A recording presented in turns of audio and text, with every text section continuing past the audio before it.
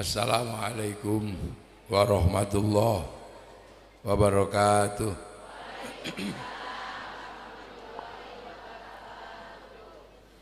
Bismillahirrahmanirrahim. Bismillah, alhamdulillah. Wassalatu wassalamu ala rasulillah Sayyidina Muhammad ibn Abdillah wa ala alihi wa ashabihi wa azwajihi wa dzurriyyatihi wa ahli baitihi wa man tabi'ahum bi ihsan ila yaumil qiyamah. Para alim, para ulama, para kiai, ajengan, para habaib, wabil khusus Sohibul Fadilah Musa'adah ajengan Masri Hidayatullah dan keluarga besar para Aceng tadi, ada Aceng Malki, Aceng Fahmi, jajaran Muspika Kecamatan Bayongbong, ya, Pak Camat, Pak Kapolsek, Pak dan Ramil, dan masih banyak lagi Pak Lurahnya ada, Pak Kades, para kuwu, seluruh jajaran Banom Nahdlatul Ulama dan tamu undangan, hadirin wal hadirat yang berbahagia. Kumaha Bu Ardang, ini NU ini 100 tahun, ya, 1 abad.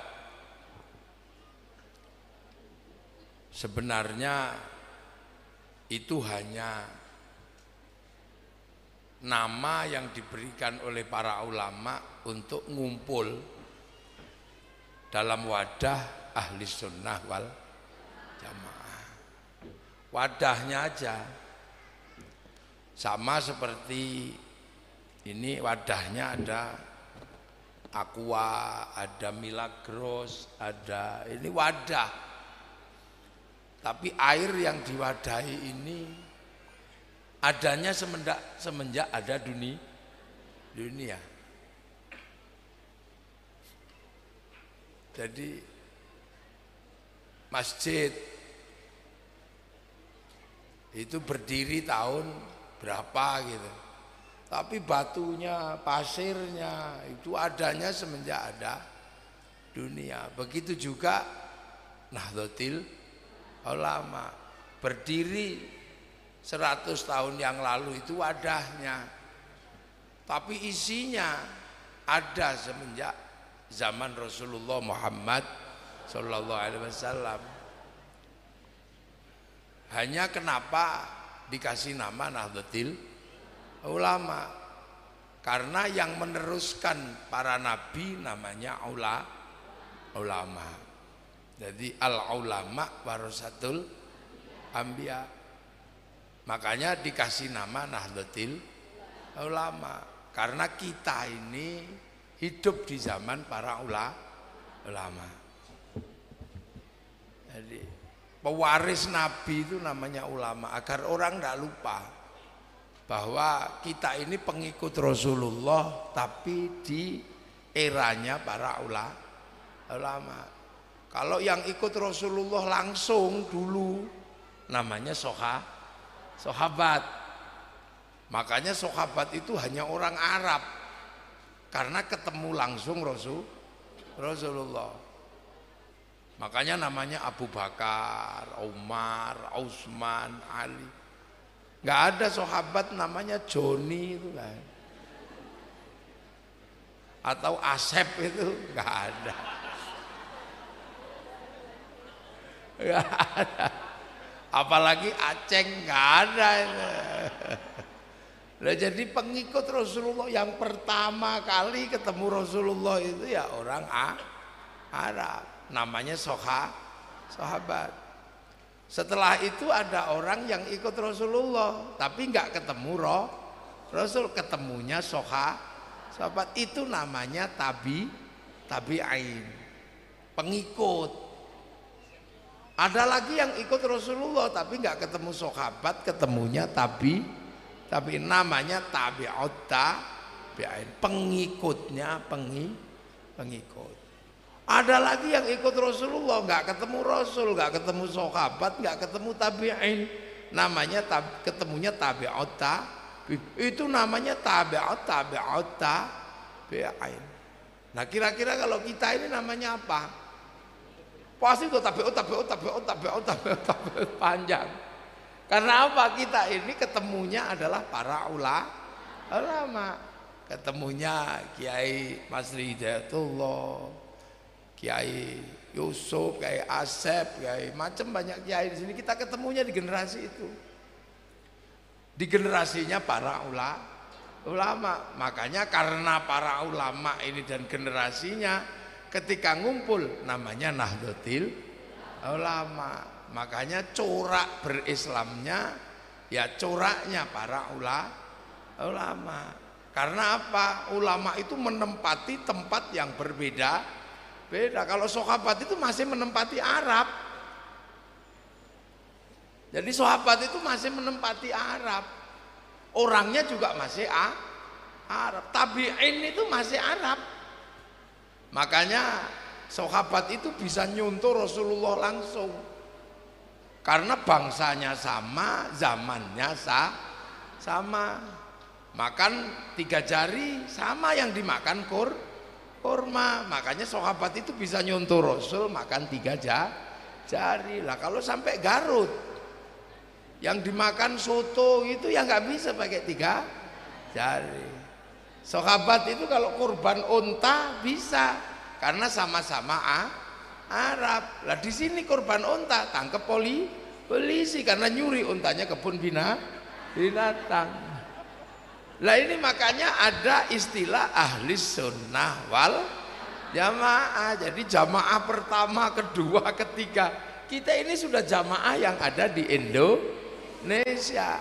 Sudah Islam rahmatan lil alamin, bergerak ke seluruh alam. Ada yang bergerak ke Afrika, ada yang bergerak ke Eropa, ada yang bergerak ke Cina, ada yang bergerak ke Rusia, ada yang bergerak ke Indonesia. Lah ketika yang bergerak ke Indonesia coraknya corak Indonesia. Nah itu loh makanya ahli sunnah wal jamaah terus itu bergerak. Nah inilah makanya ulama-ulama dulu sederhana kasih namanya Nahdlatul Ulama agar orang tidak lupa bahwa kita ini generasi muridnya para ulama. Nggak usah ngotot pengen kayak generasi sahabat. Karena sekarang banyak orang ngotot pengen nyuntuh sahabat padahal dia hidup di zamannya para ulama. Nah ini loh makanya ada ahli sunnah wal jamaah. Kita ini jamaahnya para ulama sini, Yai Masri Hidayatullah, Aceng Malki, Haji Mimar Hidayatullah, ya generasi itu. Nah itu semua dulu ya kalau di sini ya kalau nggak mondok ke Tasik, ke Cirebon, ke Kediri, kemana muridnya para ulama. Nah itu semua dulu muridnya Hadratus Syekh Hasyim Asy'ari. Gitu lah. Kiai Hadratus Syekh Hasyim Asy'ari ini muridnya Kiai Khalil Madura, sama muridnya Kiai Soleh Darat di Semarang sana. Nah Kiai Hasyim Asy'ari ini putranya Kiai Asy'ari. Kiai Asy'ari, Kiai Hasyim hidup di zaman Belanda. Makanya zaman itu perang. Nah kita ini hidup di zamannya beliau ini sudah nggak perang, ya sudah menikmati Indonesia. Nah Kiai Asy'ari itu muridnya Kiai Khairon. Kiai Khairon itu di Jawa Tengah di Purwodadi. Kiai Khairon muridnya Kiai Abdul Wahid di Solo Tigo. Ya Abdul Wahid muridnya Kiai Abdul Halim di Ali. Ya Abdul Halim muridnya Kiai Sufyan di Tuban. Kiai Sufyan muridnya Kiai Jabar di Tuban. Muridnya Mbak Abdurrahman Lasem, Jawa Tengah. Nah itu muridnya Mbak Abdul Halim Pangeran Benowo. Mbak Benowo muridnya Mbah Cokrojoyo Sunan Geseng. Sunan Geseng muridnya Sunan Kalijaga. Sunan Kalijaga muridnya Sunan Bonang. Sunan Bonang muridnya Sunan Ampel. Sunan Ampel muridnya Mbah Ibrahim Asmoro Kondi Tuban. Mbah Ibrahim Asmoro Kondi muridnya Syekh Jumadil Kubro. Syekh Jumadil Kubro muridnya Said Muhammad Pase. Said Muhammad Pase muridnya Said Ahmad Jalaluddin Campa. Said Ahmad Jalaluddin muridnya Said Abdul Malik Mongol. Muridnya Said Alawi Amil Fakih. Muridnya Said Ahmad Sohib Mirbat. Muridnya Said Ali Khalid Qasam. Muridnya Said Alwi. Muridnya Said Muhammad. Muridnya Said Alwi. Muridnya Said Ubaidillah. Muridnya Said Ahmad Al-Muhajir. Muridnya Said Aisyah. Muridnya Said Muhammad. Muridnya Said Ali Uraidi. Muridnya Said Ja'far Sodik. Muridnya Said Bakir. Muridnya Said Ali Zainal Abidin. Muridnya Sayyidina Hasan Husain. Muridnya Sayyidina Ali. Nah ini yang baru murid langsungnya Rasulullah Muhammad Sallallahu Alaihi Wasallam. Makanya ada ahli sunnah wal jamaah. Akhirnya kita paham, oh gitu. Nah kita ini wal jamaahnya ulama yang sudah ada di Indonesia, ya coraknya corak Indonesia. Yang di Brunei ya coraknya Brunei. Yang di Afrika ya coraknya mereka semua coraknya masing-masing. Makanya ketika mau dibawa ke satu model bahwa Islam seluruh dunia harus sama seperti zaman Rasul, ya ribut, ya bisa. Orang sana bisa berjenggot karena memang bangsanya rasnya Semit.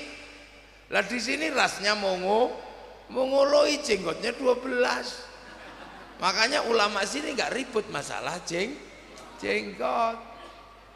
Orang sana, orang Arab zaman awal ya makannya ya sama Rasul pakai 3 jari, wong yang dimakan kurma. Sampai di sini ya soto ya nggak bisa. Makanya Islam itu semakin jauh dari Makkah, semakin jauh dari Arab, bahasannya semakin banyak. Kalau di sana bahas buah-buahan paling kurma, jeruk, ruman atau delima. Sampai sini kan bahasan buah itu kan banyak, tambah duren, tambah kesemek, tambah cipluan, tambah macam. Sampai di sana bahas binatang itu ya paling sapi, unta, kambing. Sampai di sini ada bakasan garangan, ada tenggiling. Jadi lebih banyak bakasannya. Di sana paling hantu itu jin itu, syaiton. Sampai sini ada wewe gombel. Ya kan? Terus ada suster ngesot. Kan jadi banyak di sini. Nah, inilah. Makanya kita ini alhamdulillah pengikut Rasulullah tapi sadar di garisnya para ulama. Makanya ya Nahdlatul Ulama. Lah ada yang nggak sadar karena apa? Langsung Quran sunnah, makanya terus mencontoh langsung ke sana. Makanya Pak Camat banyak yang konslet itu ya karena itu. Lupa garisnya para ulama. Nah Islam ketika di zaman Rasul, mangga ya silakan. Nah kita ini satu, makanya tidak usah khawatir. Ini Islam Indonesia ini tercabut dari sananya, nggak sesuai Rasulullah. Itu kampanyenya orang-orang, nggak usah didengerin yang kayak begitu.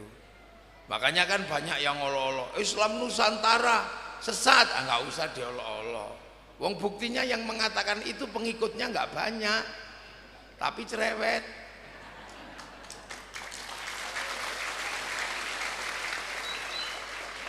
Lah ya nggak banyak, itu paling berapa gitu aja kan.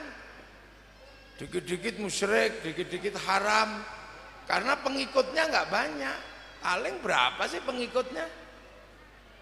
Tapi teriaknya kenceng kan? Kenceng. Lah NU diem-diem aja. Sekarang 120 juta pengikut. Yang lain paling 1,5 juta kalau ada. Ada yang paling 100.000 tapi teriakannya kenceng. Ibarat motor kalau diblong banter, mong gitu dengar semua. Tapi udah biarin aja. Nanti lama-lama sekernya juga patah. Makanya banyak yang patah. Nah itulah. Dan kita udah sampai di 1 abad. Nah Nahdlatul Ulama ini bergerak gitu loh. Jadi yang saya ceritakan tentang Islam itu zaman Rasul. Zaman Rasul di sana sekitar tahun 600. Di sana Rasul berjuang itu tahun 600. Lah di Indonesia tahun 600 itu seperti apa? Indonesia sudah maju. Jadi ketika Rasulullah di sana berdakwah, Indonesia sudah maju. Manusia-manusia Indonesia sudah jadi manusia-manusia hebat walaupun belum Islam. Jangan salah. Kita ini selalu dijelaskan bahwa seolah-olah Islam datang ke Indonesia itu Indonesia jahiliyah. Itu orang aneh. Indonesia sudah maju. Jadi bukannya Indonesia itu dalam keadaan zaman kegelapan gitu, enggak. Indonesia sudah maju. Rasulullah belum lahir. Jawa Barat itu sudah punya kerajaan besar, namanya Kerajaan Tarumanegara. Di Kalimantan Timur tahun 300 sudah berdiri Kerajaan Kerajaan Kutai Kartanegara. Tahun 350 di ujung kulon ada Kerajaan Salokanegara. Tahun 450 di daerah Ciamis berdiri Kerajaan Galuh. Tahun 600 di Jawa Tengah berdiri Kerajaan Mataram. Jadi ketika Rasulullah di sana berdakwah, di sini sudah maju. Sudah bangsa yang kuat, sudah punya negara, punya agama. Jadi ojo sampean bayangkan Indonesia itu negeri antah berantah itu. Negeri bodoh itu enggak. Itu tahun 1200 sebelum Islam datang ke sini, bangsa ini sudah menjadi bangsa penakluk dunia. Ketika dunia ditaklukkan Mongolia habis. Ketika dunia ditaklukkan Mongolia itu habis semua rata. Cina habis, Eropa habis, Arab habis. Tapi begitu Mongolia datang ke sini pengen menaklukkan Nusantara, dilawan oleh kerajaan Nusantara. Di Jawa Timur diwakili Singasari, di Jawa Barat diwakili oleh Pajajaran, di Sumatera diwakili Sriwijaya. Dihantam habis. Mongolia kalah, Mongol habis. Jadi satu-satunya negara yang pernah mengalahkan kekuatan Mongolia adalah negara-negara Nusantara.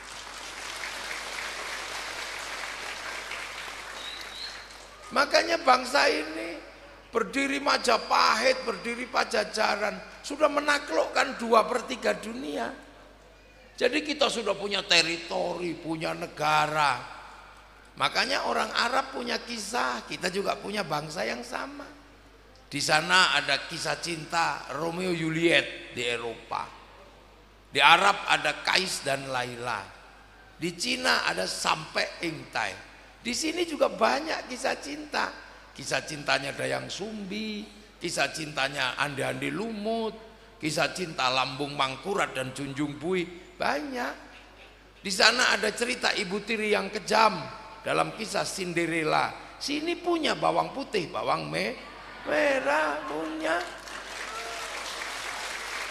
Komplit sebenarnya. Di sana ada orang kuat, ya kan? Orang kuat namanya Samson.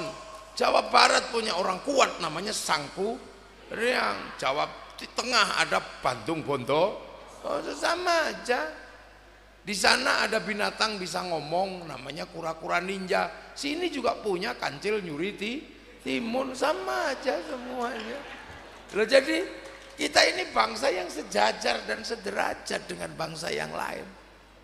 Semua bangsa pasti punya nyanyian, lagu-lagu kan? Dan setiap lagu-lagu pasti diiringi oleh musik. Kita bisa lihat ke kualitas alat musik kita. Orang Arab punya alat musik namanya terbang, terbuat dari kayu dan kulit. Kayu tinggal motong, kulit tinggal nempelin. Orang Cina punya sitar, kayu dan tali. Orang Eropa punya gitar, kayu dan tali. Tapi bangsa Nusantara punya alat musik namanya gamelan, terbuat dari logam. Artinya hanya bangsa yang menguasai ilmu pertambangan yang maju dan penguasaan metalurgi yang mapan mampu membuat alat musik dari logam. Ini sederhana ngukurnya. Jadi jangan kira bahwa kemudian Islam datang ke sini ketemu dengan bangsa bodoh, bangsa jahiliyah. Kan banyak sekarang ini anak-anak baru ini yang baru belajar agama, tapi semangatnya 45 itu. Itu lupa. Mereka mengatakan bangsa ini dulu jahiliyah. Lu gimana? Tahun 1500 tahun, mungkin berapa ribu tahun sebelum Masehi, di sini sudah ada peradaban Gunung Padang di Jawa Barat itu. Cuman kalau ikut diakui dunia, maka akan merubah situs sejarah dunia, buku sejarah berubah semua. Makanya udah biarin aja di situ. Yang penting kita punya. Nah, ini semua di sana ada Machu Picchu di Peru, di suku Maya, di Mesir ada piramid. Kita punya sejarah-sejarah besar. Itu sebagai sebuah catatan. Makanya kemudian di sini sudah gede, sudah maju. Orang sekolah sudah punya kitab politik namanya Negara Kertagama, punya kitab sosial namanya Soma. Universitas terbesar se-Asia ada di tanah Nusantara, namanya Universitas Nalanda. Jadi kita ini sudah bangsa yang kuat. Bahkan sebagai sebuah peradaban maju sekali bangsa ini. Makanya di Korea Selatan ada daerah namanya Kimhae yang menaklukkan dulu, yang buka hutan di sana namanya Surowareng, itu dari Singasari. Jadi jangan khawatir gitu ya. Lah inilah makanya karena ini bangsa sudah beradab, lah Islam di sana berkembang. Ini sudah jadi bangsa. Nabi berdakwah di sana di masyarakat Quraisy, di masyarakat Madinah. Setelah itu bergerak, keluarlah Islam ini kan dari Makkah, dari Madinah. Ada yang bergerak ke Basrah. Nah, yang bergerak ke Basrah ini Sayyidina Ali. Gerak Basrah itu sekirataran Parsi atau Iran sana. Orang Iran itu agamanya Majusi. Majusi menyembah api. Lah api ditaruh di bangunan tinggi orang Majusi itu, namanya Manaro.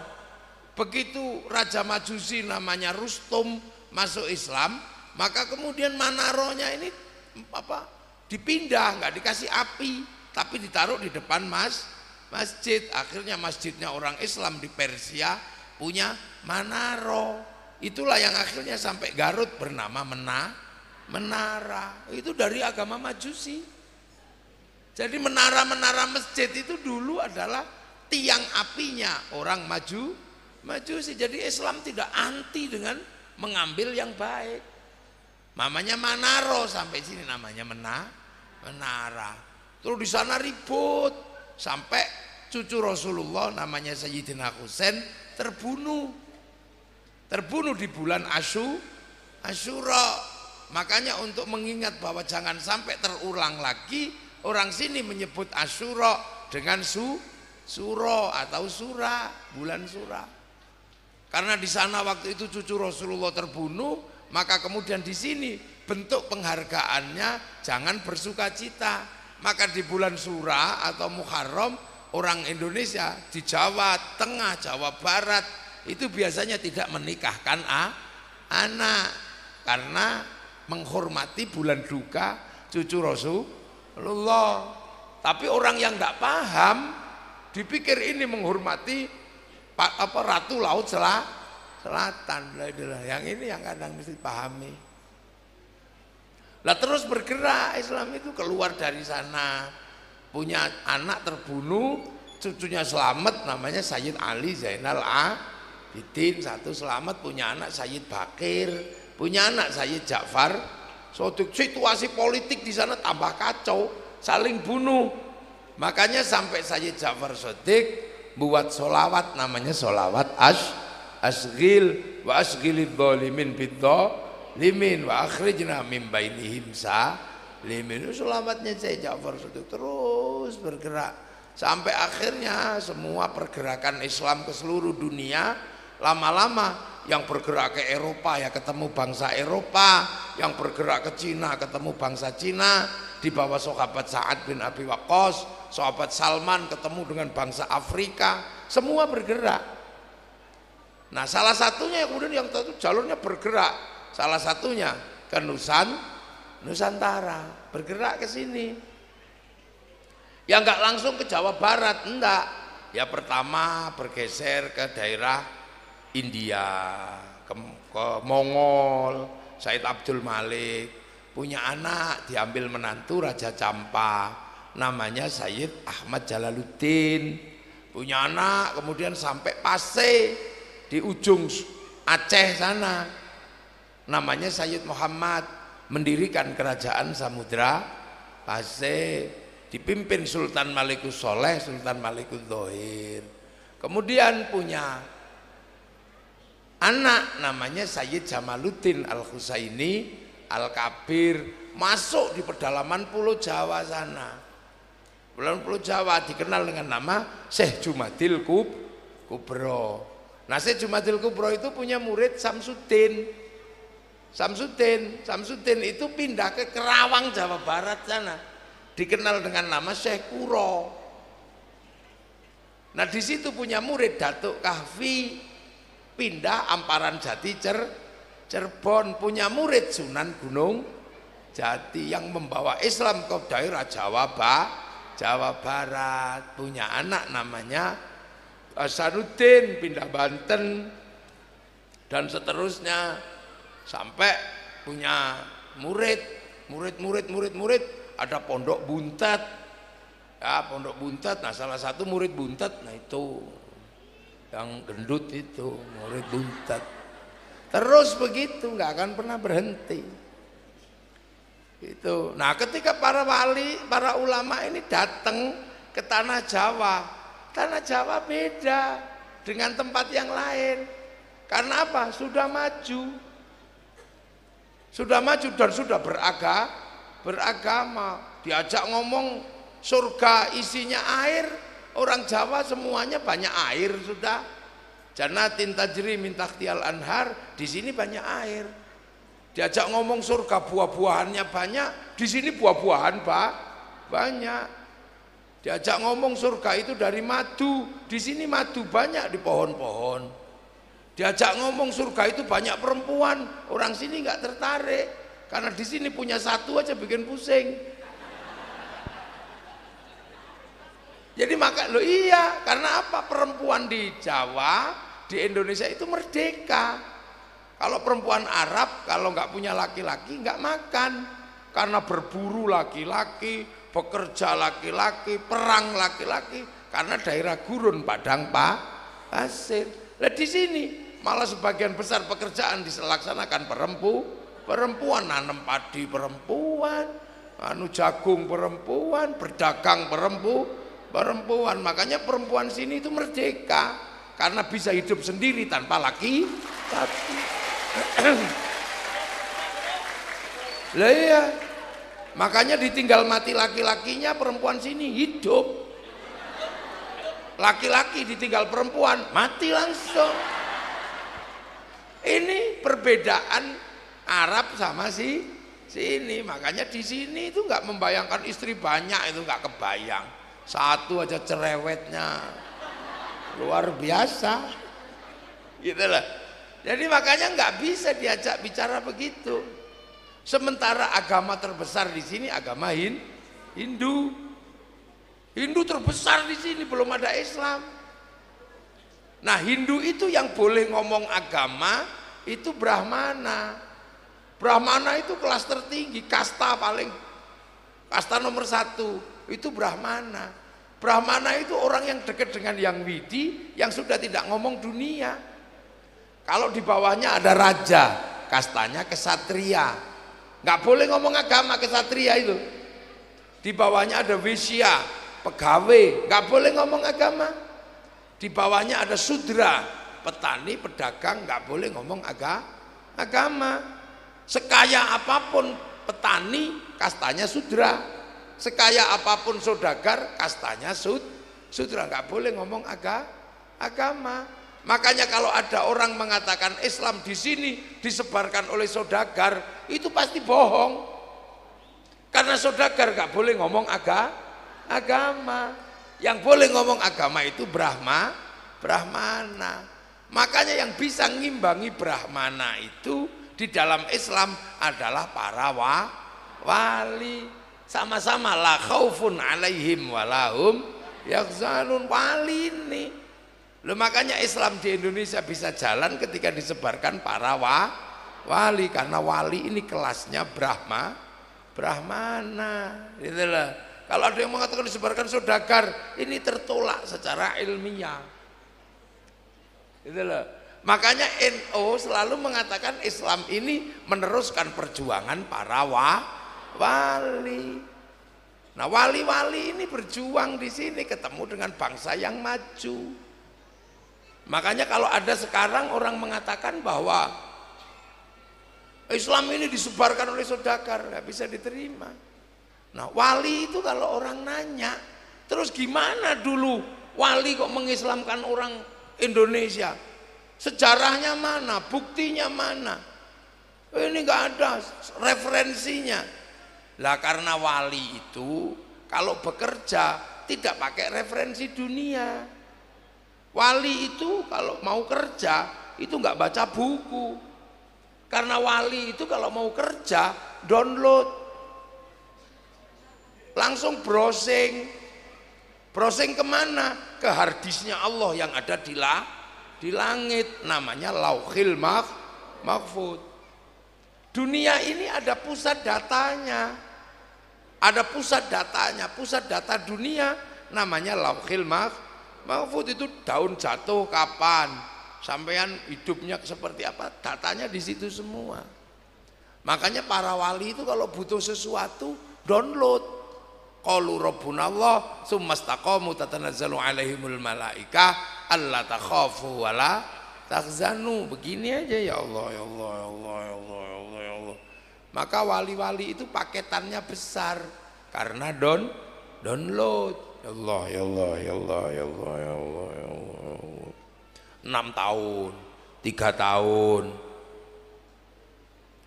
Mbah Hasyim Asy'ari setiap malam sholat hajat 2 rakaat.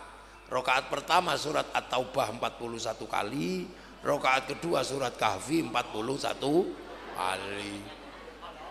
Makanya paketannya besar wali-wali. Nah, iya. Nah, kita kolhu aja jarang-jarang. Yalah, wali itu download langsung sana, paketan-paketan besar. Makanya wali itu punya karomah. Lah kita ini kan kalau diajak download langsung tidur. Ya Allah, ya Allah, ya Allah, ya Allah, ya Allah. Ya Allah, ya Allah, ya Allah. Ya semutan ya. Cangkem itu kan. Oh kalau lama, ya Allah, ya Allah, ya Allah, ya Allah, ya Allah, ya Allah. Lama sekali nih, ndak entos-entos. Ya kan, makanya wali-wali itu punya wifi, karena hubungannya dengan harddisknya Allah di langit, namanya Lauhil Mahfud. Makanya contohnya kayak sekarang, sampean punya handphone terhubung dengan satelit, bisa kirim gambar, bisa kirim foto, bisa kirim WA. Yang penting punya paketan. Nah kalau nggak punya paketan, pergi ke warung, cari wifi gratisan .co.id. Nah makanya kita kalau kirim Fatihah, kirim bacaan Quran, kirim doa, kalau nggak punya wifi, pakai wifi-nya Nabi, pakai wifi-nya wali, namanya tawassul. Itu sudah teknologi lama. Makanya kalau kita kirim-kirim apa, kalau itu kan .co.id, cari wifi gratisan. Kita juga sama, ila hadratin nabiyil mustofa wa ila jamil anbiya wal mursalin wal ulama wa syuhada'i sholihin wa ila jami' auliya illa minal masyariqi ila maghribiha fi barriha wa bakriha wa nakhususun Syekh Abdul Qadir Al-Jilani wali abaina ummahatina masyayikhina wa ajdadi wa jaddatina wa ila jami'il muslimina wal muslimat wal mu'minal mu'minat al ahya'i minhum wal amwat wa nakhusun ila ruhi Pak D Wakdul Al-Fatihah, kan gitu. Langsung share it, semua dapat. Ada yang tidak percaya, masa Fatihah bisa dibagi? Jangankan Fatihah, sepak bola aja bisa dibagi. Nggak ada, nggak perlu sampean ke Qatar, satu orang nonton di Qatar, habis itu disyuting oleh tukang nyuting, dinaikkan ke satelit, oleh satelit dibagi ke seluruh dunia, namanya siaran langsung, bagiannya sama. Makanya orang kalau nggak percaya doa bisa dibagi, orang itu pasti nggak punya TV. Lah ini teknologi wali itu begitu, download gitu, ya Allah, ya Allah, ya Allah, ya Allah. Makanya wali tahu bagaimana cara menanam Islam di Indonesia, di Nusantara, kalau downloadan sana. Makanya wali-wali sudah nggak mikir yang ini, karena bangsanya sudah maju. Mau diajari apa? Bangsa ini mau diajari apa? Semuanya sudah komplit. Diajari bahasa. Orang Sunda sudah bahasanya bagus. Ada ngaleut. Ya kan? Ngaleut untuk yang agak seimbang kan? Ada yang tuang. Nah, itu yang lebih tinggi. Ada yang setara, dahar. Kalau lebih rendah lagi, babadok. Lah ya kan ada kan, tuang, ngaleut, itu yang lebih bagus. Dahar biasa, terus tuang. Lah ada yang lebih rendah lagi, babadok, gitu. Siasi borokokok, gitu. Ada. Itu sudah bahasa sudah bagus. Akhlak sudah bagus, apa yang nggak bagus? Semua sudah bagus. Makanya ulama-ulama dulu, wali-wali tidak ngerjain yang begitu-begitu. Tapi yang paling berat adalah bagaimana bangsa yang sudah maju, sudah kuat, berbeda-beda, tapi disatukan. Gimana cara menyatukan itu? Orang bangsa yang sudah maju, sudah berbeda-beda. Nah ini yang dipikirkan para wali. Kalau hanya masalah celana cingkrang itu nggak dipikirin sama wali dulu. Karena apa? Wali sudah punya caranya. Dulu bajunya Pak jubah itu disebut baju syar'i. Nah ketika mau nanam padi nggak bisa pakai jubah karena mundur. Akhirnya baju syar'i dipotong. Potongan syar'i namanya sar'un. Dulu nggak punya huruf ain, punyanya monggo potongo. Maka sarun jadi sarung, saruan jadi sarungan.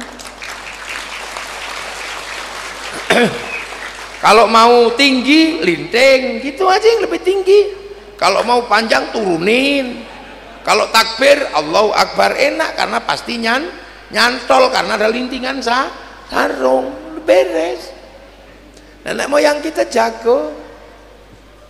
Tapi bangsa yang sudah jadi berbeda-beda, sukunya banyak, bangsanya banyak, itu bagaimana menyatukan orang yang berbeda-beda? Kalau Rasulullah bisa menyatukan Yahudi, Nasrani, Islam dalam satu piagam besar namanya masyarakat Madinah, nah ini gimana cara menyatukannya? Yang kecil-kecil udah dilewatin semua, sudah dilewatin. Makanya para wali memikirkan sesuatu yang besar, bagaimana Nusantara tetap bersatu beragama Islam. Nah itu wali yang dipikirin, gak kecil-kecil dipikirin. Makanya kemudian hanya satu yang bisa diharapkan, apa?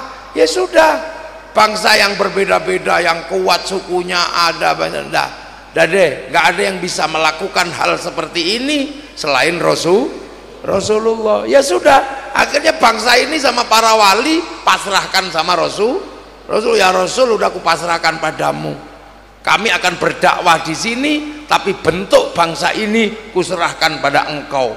Buktinya apa? Buktinya Rasulullah itu hanya mengatakan, kalau kamu ketemu dengan manusia yang berbeda suku, beda bangsa, beda agama, beda apa saja, hiduplah saling bertanggung jawab, saling bertanggung jawab. Kalau beda agama, kamu lakum dinukum waliyadin. Kalau kamu beda suku bangsa, waja'alnakum syu'uban wa qabaila lita'arafu. Dan ini sudah terjadi. Makanya kemudian kita selalu di setiap baiat Nahdlatul Ulama selalu diingatkan, Rasulullah hanya menyampaikan kullukum ra'in wa kullukum mas'ulun an ra'iyati. Kalian semua sebenarnya adalah para pemimpin dan kalian harus hidup saling bertanggung jawab. Rasulullah hanya punya konsep, jadilah kalian ra'iyah, orang yang bisa hidup bersama dalam perbedaan tapi saling bertanggung jawab. Akhirnya para wali ya sudah titipkan kepada Rasulullah. Akhirnya orang yang berbeda-beda di Indonesia, di Nusantara diberikan konsepnya Rasul, disatukan dengan konsep ra'iyah, hidup berbeda suku, bangsa, agama tapi saling tanggung jawab. Ra'iyah itulah yang akhirnya diserap ke bangsa Indonesia, dalam bahasa kita menjadi rakyat. Loh. Jadi rakyat itu adalah bahasanya Rasulullah, dia bukan bahasa PKI. PKI itu komunisme, komunisme itu proletar, proletar itu kaum miskin mimpin bersama. Kita juga bukan people. Kalau people itu vox populi, vox dei, suara mayoritas, suara Tuhan. Begitu dia merasa mayoritas, dia merasa mewakili Tuhan. Makanya khilafah itu tidak cocok dengan konsep ra'iyah atau rakyat Indonesia. Karena khilafah itu konsepnya Hizbut Tahrir di Palestina sana, dan di sana gagal, maka nggak usah dibawa ke sini. Dia bukan khilafah ala minhajin nubuwah, tapi dia khilafah Riyah. Itu model Taqiyuddin An-Nabhani di Mesir. Jangan bohongi orang Garut bahwa khilafahmu adalah khilafah ala minhajin nubuwah, karena khilafahmu adalah khilafah Riyah. Loh itu kayak gak cocok. Loh makanya kita ini rakyat. Satu-satunya bangsa muslim dunia yang sanggup mengambil kalimat ra'iyah untuk menyebut warga bangsanya hanya muslim Indonesia. Gak ada negara manapun yang bisa menerapkan ra'iyah kalau bukan Indonesia. Makanya satu-satunya negara dengan sistem kebersamaan yang paling sunnah hanya muslim Indonesia. Loh, menerapkan sunnah ra'iyah itu berat. Kalau yang lain mudah. Kalau jenggot ya yang penting nggak dicukur pasti panjang, mudah itu. Makanya ra'iyah itu kalau ngumpul namanya musyarakah, persekutuan antar ra'iyah, makanya diserap ke bahasa kita menjadi masyarakat. Nah, masyarakat kalau berbeda faham, wasyawirhum fil amri, bermusyawarah lah. Karena yang menata dulu itu para wali, maka teritorinya, daerahnya disebut wilayah. Wilayah itulah yang sekarang berubah menjadi Negara Kesatuan Republik Indonesia. Lo ini, lo negara paling sunnah ya Indonesia. Makanya kalau ada orang mengatakan negeri ini negeri tauhid, itu ya saking bodoh-bodohnya orang Indonesia. Bobodor. Bukan bobodor apa? Ya bohok lah. Bohon lah. Ya itu negeri paling sunnah di Indonesia. Makanya pemimpin tertingginya Majelis Permusyawaratan Rakyat, Dewan Perwakilan Rakyat, bahasa Arab semua itu. Ayo diwanun itu bahasa Arab. Makanya bangsa ini tertata sehingga orang berbeda-beda yang tadinya hamba, kawulo, gusti, abdi, hamba sahaya jadi satu, saling bertanggung jawab. Tapi boleh menyebut diri, yang abdi masih boleh mengatakan abdi, yang hamba sahaya masih boleh mengatakan saya, yang kawulo masih boleh menyebut diriku kulo. Nah ini Indonesia. Makanya kemudian karena konsep ro'iyah inilah bangsa ini menjadi satu. Kalau tanpa konsep ro'iyah, bangsa ini susah disatukan karena berbeda suku, bangsa, agama. Makanya sampean bisa lihat Arab satu bangsa pecah puluhan negara, Cina satu bangsa pecah puluhan negara, Eropa satu bangsa pecah puluhan negara, Afrika satu bangsa pecah puluhan negara, tapi kita puluhan suku, bangsa dan agama mampu bersatu dalam satu negara, Kesatuan Republik Indonesia. Akhirnya rukun. Kerukunan itulah yang akhirnya menjadi sebab kenapa Indonesia punya prestasi keislaman number one di dunia. Islam setelah Rasulullah yang bergerak ke Eropa macet, Islam setelah Rasulullah yang bergerak ke Cina macet, yang bergerak ke Afrika berhenti, yang bergerak ke Eropa berhenti, Rusia berhenti, tapi yang bergerak ke Indonesia berubah menjadi kekuatan muslim terbesar dunia. Hari ini ada di Indonesia, dan kaum muslimin di Indonesia terbesar adalah Nahdlatul Ulama. Bahkan di seluruh dunia organisasi Islam terbesar adalah Nahdlatul Ulama. Jadi sampean ini termasuk besok orang yang paling seneng ketemu Rasul, karena celengan Rasulullah terbesar hari ini ada di Indonesia. Orang sholat paling banyak ada di Indonesia, orang apal Quran paling banyak Indonesia, masjid paling banyak Indonesia, orang haji terbesar dunia ada di Indonesia. Lu kurang apa? Kok tiba-tiba kita mengatakan Islam di Indonesia tertindas? Tertindas siapa? Gak ada yang nindas Islam di Indonesia. Kriminalisasi ulama gak ada. Memang orang-orang itu kriminal. Jangan dinaikkan ini urusan negara, urusan apa. Kamu di penjara itu karena menganiaya orang. Gak usah meningkatkan menjadi ini melawan negara. Enggak. Loh iya kan? Makanya nggak usah dimanipulasi. Tidak ada itu bahwa ini perjuangan Islam. Enggak, kamu kalah pilpres, itu aja. Lo nggak usah malu-malu, tepuk tangan yang keras, ngapain? Ini makanya NU biasa aja. Nah bangsa ini itu loh yang kadang kita lupa. Negeri ini negeri paling sunnah. Makanya orang yang mengatakan negeri ini tauhid, cari aja latar belakangnya. Pasti gara-gara kalah politik. Cari aja latar belakangnya. Biar keren dia mengatakan membela Islam, enggak membela kelompoknya sendiri. Kalau mau bela Islam ya belalah NU. Karena apa? NU karena Islam paling besar. Ya kalau di Garut kan yang paling laku yang model begitu-begitu. Yang takut itu. Takut. Lah inilah. Nah itu. Makanya santri, kiai, karena ini dulu penerusnya adalah teritorinya para wali. Nah NU ini penerus para wali, maka NU yang menganggap Indonesia udah selesai, NKRI harga mati. Makanya sekarang tinggal mari kita jaga. Makanya Nahdlatul Ulama hidup berdampingan dengan siapapun aman, nggak ada dikit-dikit teriak apa gitu. Karena apa? Hidup bersama harus dijaga. Nah itulah bedanya NU dengan yang lain.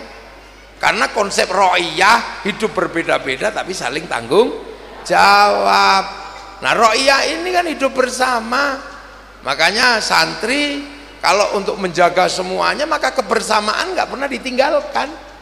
Makanya NU itu umurnya panjang. Karena apa? Hidup bersama selalu dijaga. Dan sekarang yang bisa menjaga kebersamaan antar ro'iyah hanya NU. Orang berbeda-beda jadi satu. Monggo.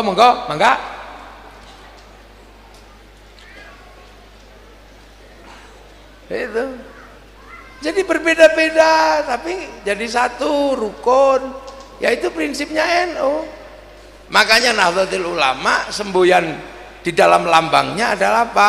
Wa'tasimu bihablillahi jami'an wa la tafarraqu. Berpeganglah kepada tali Allah, agama Allah, dan jangan tercerai-berai.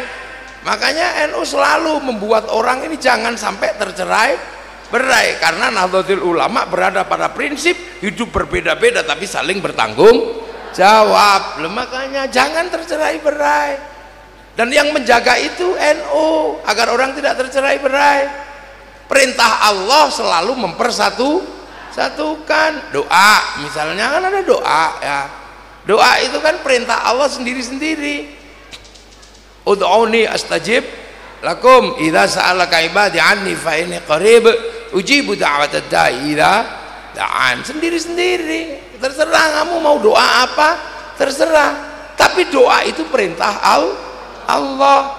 Makanya perintah ini jangan sampai membuat orang tercerai-berai. Makanya Nahdlatul Ulama kalau berdoa itu mempersatukan. Kiainya yang berdoa, santrinya amin,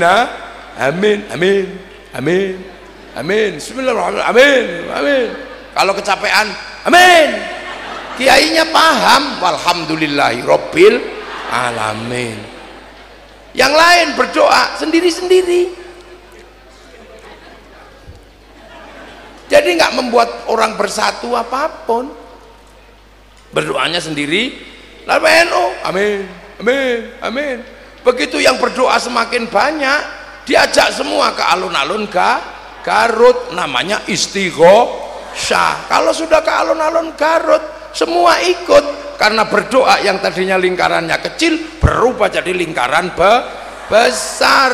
Orang jual bakso datang, orang jual pelembungan datang, nggak ada yang nanya kamu jualan bakso agamamu apa, nggak ada. Roda ekonomi berputar. Nah itu kebersamaan terjaga, roda ekonomi berputar. Yang lain beragama semakin sepi. Nah itu bedanya NU. Kalau sudah istighosah, roda ekonomi yang diputar oleh NU berapa?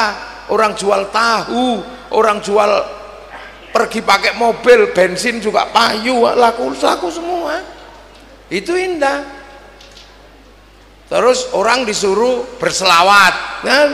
Innallaha malaikatahu yusholluna 'alan nabi ya ayyuhalladzina amanu shollu 'alaihi wa sallimu taslima. Ya terserah kamu mau selawat sendiri atau apa. Tapi kalau Nahdlatul Ulama berselawat itu enggak sendiri, menjadi jamaah solawat. Makanya ada namanya solawatan. Ada yang model duror, ada yang model berjanjian. Ada yang marhaban ya nurul aini, marhaban marhaban marhaban jaddal Husaini, wa marhaban marhaban. Ada yang ibu-ibu model dangdutan, ya Rasulullah salamun alik ya Rafi Asya. Nah, ada fatayaji NU asli ya wailah ya wailal jud ya wailal jud diwar, duhai senangnya. Loh, indah lagunya ya kan. Yang suka India, ya Rasulullah salamun alaik ya Rafi Asya Atfata ya jiratal alami ya wailarju jiwa karami tumhi ho mata adoi tumhi ho. Itu India. Yang orang Jawa, ya Jawa, ya Nabi salam alaika, ya Rasul salam salam alaika, Anglia numpak yang Jawa. Yang orang Sunda, ya Sunda, ya Rasulullah salam salamun alaik ya Rafi Asyaniwan ada fataya jiratal ya uhailal ju es lilin macece kalapa muda. Lah itu NU dan gitu. Begitu yang baca sholawat semakin banyak, ya akhirnya diajak ke alun-alun Garut, namanya Garut bersolawat. Kalau sudah seperti itu, jualan slayer laku, jualan spanduk laku, gagang pancing juga laku untuk gini-gini. Roda ekonomi berputar. Coba setiap kampung mulutan Isra Mi'raj gak pernah berhenti. Itu duit yang diputar berapa itu? Setiap kegiatan kayak begini berapa duit bisa diputar? Berapa pasar rakyat bisa bergerak? Semuanya terlibat. Itulah kekuatan Nahdlatul Ulama. Itu orang selawatan duitnya barokah, beli balonnya barokah. Yang punya balon pulang bayar SPP anaknya, SPP-nya barokah, anaknya dapat ilmu barokah lah. Nah itu Nahdlatul Ulama. Makanya kita bisa lihat betapa kekuatan NU ini tidak pernah berhenti. Sistem silaturahminya jalan terus loh, makan semua komplit. Coba satu kegiatan ini berapa? Dihitung. Ini 100 juta nggak dapat, ini habis. Laku semua, yang jual sound laku, yang jual printer laku, jual bunga palsu laku, semuanya laku. Tisu laku semua, roda ekonomi berputar, sektor informal jalan. Nah ini 50 juta, 60 juta, 100 juta habis. Itu belum ongkos kiainya pulang kan. Lah itu NU, ya Allah. Lah kalau ini kiai mogok bagaimana? Lah itulah. Ada orang mati, yang lain udah nggak ada yang kumpul, udah mati ya mati gitu aja. Tapi kalau NU mati itu masih bisa ngumpulin orang sehari 2 hari, dan NU bisa bersedekah baik dalam keadaan lapang maupun sempit. Ciri-ciri orang takwa itu salah satunya adalah bersedekah dalam keadaan lapang dan sempit. Alladzina yunfiquna fis sarra'i wad-dharra'i. Sempit ini kita ini, orang keluarganya mati itu kan kesempitan, masih bisa sedekah, utang sana, utang sini untuk orang tuanya sedekah. Ada yang mengatakan nggak boleh, orang mati kok memberatkan orang hidup, orang tua mati utang sana utang sini. Loh, kamu lahir itu orang tuamu juga utang. Operasi sesar nggak punya uang, utang. Bayar SPP nggak punya uang, utang. Loh, beli susu, utang. Kalau untuk membesarkanmu orang tua sampai utang, maka kamu jangan lupa orang tuamu mati, utang juga nggak apa-apa. Loh, itu namanya bersedekah dalam keadaan sempit. Setelah itu roda ekonomi berputar 3 hari, jeruk laku, ya kan, adang aqua laku, apa aja laku, ayam laku, semuanya laku, nggak ada yang nggak laku. Loh, itu NO. Setelah itu 40 hari, khol 100 hari laku semua, roda ekonomi berputar. Ya, itu terus ziarah kubur lah. Kalau sudah ziarah kubur, bis pariwisata laku. Ziarah makam Wali Songo, bis pariwisata laku. Makanya kemarin ketika corona terjadi, hampir seluruh bis pariwisata bangkrut karena nggak ada yang nyewa. Nah, begitu bawa bis, nyewa bis pariwisata untuk ziarah, tamunya para wali disambut orang jual nasi laku, orang jual tasbih laku, jual celana pendek laku, ojek laku, semuanya laku. Roda ekonomi berputar, bahkan copet bisa hidup di makam para wali. Ini sistem kita jaga negara, kebersamaan. Kalau sudah di makam rukun, coba di makam para wali itu rukun. La ilaha illallah, la ilaha illallah, la ilaha illallah, la ilaha illallah. Ini belum selesai, satu bis sudah datang di sampingnya. Sallallahu ala Muhammad, sallallahu ala Muhammad. Lah, rukun. Satu bis di sebelahnya datang lagi, ila kadratin nabiyil mustofa muhammadin sallallahu alaihi wasallam, Fatihah. Satu bis lagi di sampingnya, ibadallah rijalallah aghizuna li ajlillah wa gunu'au lana lillah sanaqallah bifadlillah. Rukun, nggak ada yang ribut gantian, itu enggak. Tiba-tiba ada satu orang pakai baju bagus gitu, rambutnya melilit, pakai jaket, tengok, wah ini pasti copet ini pasti copet ini. Nggak taunya begitu buka jaketnya ada speaker kecil gitu, rombongan dari Garut ditunggu di bis. Nah, itulah Islam di Indonesia dijaga oleh para ahli. Akhirnya orang Garut ziarah Cirebon, rindu dengan tanah Cirebon karena ada makam gurunya. Ziarah dengan Surabaya, ada makam Sunan Ampel. Ziarah ke Madura, ada makam Mbah Khalil. Ziarah ke Jombang, ada makam Kiai Hashim. Semua tanah yang diziarahi menghasilkan kerinduan dan rasa cinta. Kalau semakin banyak tanah-tanah gurunya bersemayam, akan timbul namanya rasa cinta terhadap tanah dimanapun gurunya berasal. Itulah bibit cinta pada tanah air. Makanya kalau orang teroris itu gak ada yang suka ziarah, makanya gak ada yang ditakuti. Santri suruh ngebom Surabaya, takut karena ada makamnya Sunan Ampel.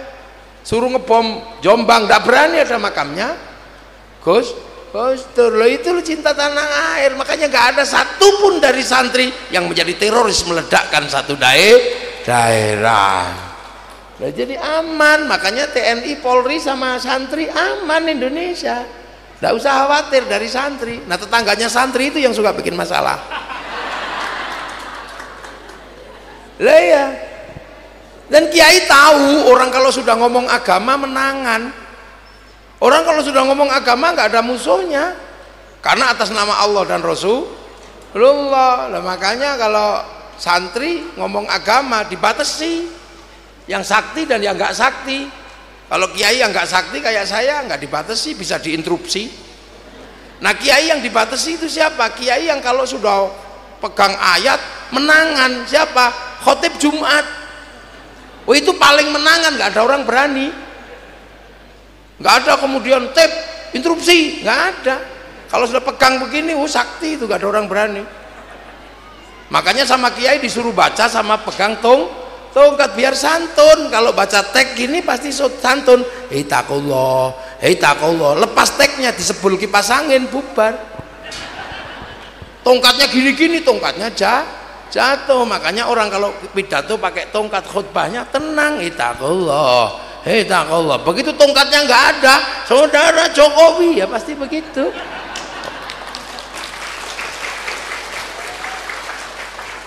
Makanya mimbar-mimbar santri aman dan Indonesia aman. Makanya ruang-ruang Indonesia ini ruang-ruang yang luar biasa, ruang publik yang luar biasa. Karena apa? Sistem pengetahuan apapun bisa diajarkan oleh santri, karena setiap hari ada pengajian, ruang ekonomi jalan, persatuan terjaga. Makanya kalau ada gawe-gawe besar santri terlibat lumrah, karena santri biasa bersama. Nah, orang kalau hidupnya setiap hari sendiri, dia selalu mengkafirkan orang, nggak pernah kumpul sama orang. Begitu pilpres kok mau maju duluan, itu pasti bohong. Karena negara ini ngatur banyak orang. Orang yang seharian nggak pernah ketemu orang, hidupnya sendiri, tiba-tiba ketika negara mau ngatur banyak orang, dia ikut. Ini pasti penumpang gelap ini. Wong hidup sehari-hari nggak pernah ketemu orang, apa-apa musyrik, sementara ngurus negara itu ruang publik yang sangat besar. Kok tiba-tiba orang kayak gini mau ngurus? Kamu serahkan sama orang ini, negaramu bubar. Nah, lo itu Pak Camat. Makanya yang bisa ngurus negara yang besar yang berbeda-beda itu ya hanya NU sebenarnya. Dan yang lain yang punya faham berbeda-beda tapi hidup saling bertanggung jawab. Kalau yang mati sendiri, doa sendiri, sholawatan enggak, apa ruang publik semuanya bid'ah, tiba-tiba ketika negara punya gawe ngurus orang banyak, dia mau ikut, itu pasti nggak bisa orang-orang kayak gitu ngurus negara. Makanya ngurus pilpres saja nggak bisa. Pilpres yang sederhana menjadi perang badar. Wong pilpres itu terusannya pilkades. Terus setelah meningkat dari desa ke bupati, pilbub, ke gubernur, pilgub. Kalau kelas nasional, pilpres itu pesta demokrasi. Ya seneng-seneng, kadang ada dangdutnya, kadang ada duitnya, biasa aja. Kalau diterima orang biasa namanya uang bensin, diterima masjid namanya sumbangan, kalau diterima kiai namanya bisyaro. Ya biasa begitu aja orang di Indonesia, nggak usah ribut-ribut sampai ke tingkat itu. Nah itulah Indonesia. Makanya gelombang apapun di Indonesia bisa diselamatkan karena santri punya ruang publik yang setiap hari ada. Tinggal pesen aja. Kiai ngomong terorisme, baik, semuanya ngomong terorisme. Setiap hari 10-40 kali majelis-majelis begini utuh. Bangsa ini selamat. Kalau yang dikit-dikit bid'ah ya nggak ada ruang publiknya. Nah inilah. Makanya Indonesia ini bisa selamat ya karena proses politik dan proses agama serta proses kebersamaan dibangun dalam sebuah konsensus bersama, berbeda-beda tapi hidup saling bertanggung jawab, dan itu terjadi di Indonesia. Makanya aman. Nah ini konsensus Indonesia seperti ini, nggak usah menggunakan konsensus negara lain. Hizbut Tahrir itu konsensusnya orang Filistin untuk memerdekakan diri. Di sana gagal, jangan dibawa ke sini. Makanya tiba-tiba ini bendera tauhid, kata siapa? Itu bendera ISIS, itu bendera Hizbut Tahrir. Kalau ada pedangnya bendera Saudi Arabia. Kamu kalau anti ini anti bendera tauhid, kata siapa? Kami tahlilan pakai la ilaha illallah. Kami anti bendera PKI Palu Arit, tapi kalau kami ke sawah pakai arit, pergi nukang tetap pakai palu. Gitu aja kok ribet. Aman Indonesia. Ikhwanul Muslimin itu caranya orang Mesir pengen menyelesaikan konfliknya, tapi mereka hanya bisa bersaudara dengan sesama Muslim, dengan yang lain nggak mampu, jebol Mesir. Akhirnya ketua Ikhwanul Muslimin namanya Mursi digantung sendiri sama orang Mesir. Lo produk-produk gagal di negeri orang mau dibawa ke Indonesia, bikin ruwet aja akhirnya. Nambahin kerjaan TNI Polri. Untung Banser punya sikap, sebelum TNI Polri terlambat, Banser duluan. Ya. Nah, hal-hal seperti ini jarang disampaikan, makanya dianggap bahwa negeri ini tauhid, negeri ini apa. Nah, itulah satu-satunya negara dengan sistem sunnah ya di Indonesia. Rakyat, musyarakah, musyawarah, dan itu bukan main-main, tertuang di dalam landasan bernegara, kerakyatan yang dipimpin oleh hikmat, kebijaksanaan dalam permusyawaratan perwakilan. Ini kurang apa? Ini selamat Indonesia. Makanya hari ini kita menjadi sebuah kekuatan dengan tulang punggung Islam di dunia, termasuk tulang punggung kehidupan berbangsa dan bernegara. Amma ba'du. Ini baru muqaddimah. Lo belum mulai, saya ngajinya masih panjang. Lo kiai itu kalau ngajian ada amma ba'du. Nah, saya sudah amma ba'du belum? Ya belum, baru sekarang amma ba'du.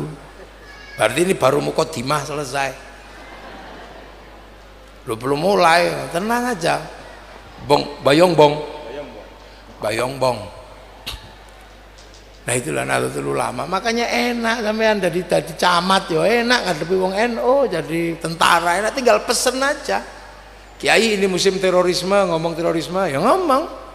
Kiai ini musim corona, ngomong corona, oke ngomong corona. Ini anti Syiah, ngomong Syiah, yang enak itu yang ngomong lengkap komplit. Karena ruang publik tidak pernah habis, tidak pernah hilang.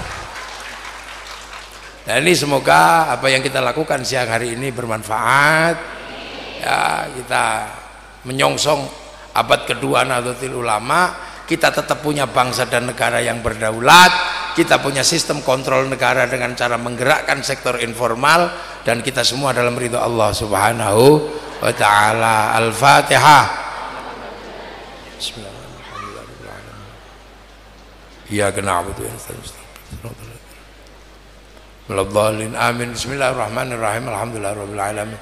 Hamdan na'imin, hamdan syakirin, hamdan yuwafi ni'amahu wa kafi'u mazidah. Ya Rabbana lakal hamdu kama yanbaghi li jalali wajhikal karim wa 'azimi sultanik. Allahumma iftah alaina futuhal arifin bi hikmatika wa ansurna rahmatak wa dzakirna wa nasina dzikran ridaka ya Allah bi syarika ya Allah bi haqqi rabbana askantu min dzurriyyati biwatin ghairi lisanin baitikal muharram. Rabbana liyuqimus sholata faj'al 'abdan minan nasi tawila yumrikum muslimin yashkurun ij'al aulatana dzurriyyatan talamidan alimin lil khair wal ibadah wa sunnah qiyamatul iman li abaina ummatina masyayikhina wa jaddu masis jam'iyyah Nahdlatul Ulama.